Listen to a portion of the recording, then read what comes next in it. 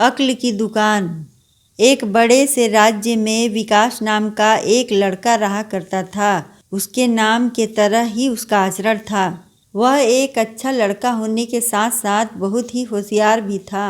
एक बार उसने अपने ही घर के बाहर एक दुकान खोली और लिख दिया कि यहाँ अक्ल बेची जाती है। उसका घर राज्य के बीचों बीच था, तो जो लोग भी वहां से आते जाते हुए लोग उसको देखते और हंसते थे। लेकिन विकास को विश्वास था कि उसकी दुकान एक न एक दिन अवश्य ही चलेगी।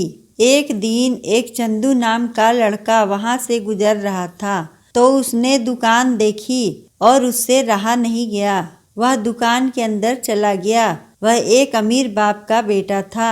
चंदू ने विकास से कहा, कितने की है अक्ल? मुझे लेनी है। विकास बोला, जितने पैसे लगाओगे उतने की और उतना ही अच्छी अक्ल मिलेगी।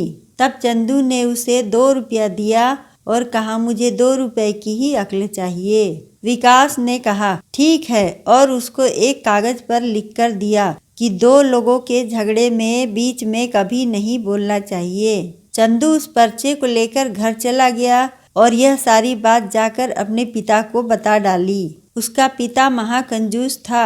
वह अगले ही दिन विकास के पास गया और उसको वही पर्ची थमाते हुए कहा कि ये लो अपनी अक्ल और मुझे मेरे रुपए वापस कर दो।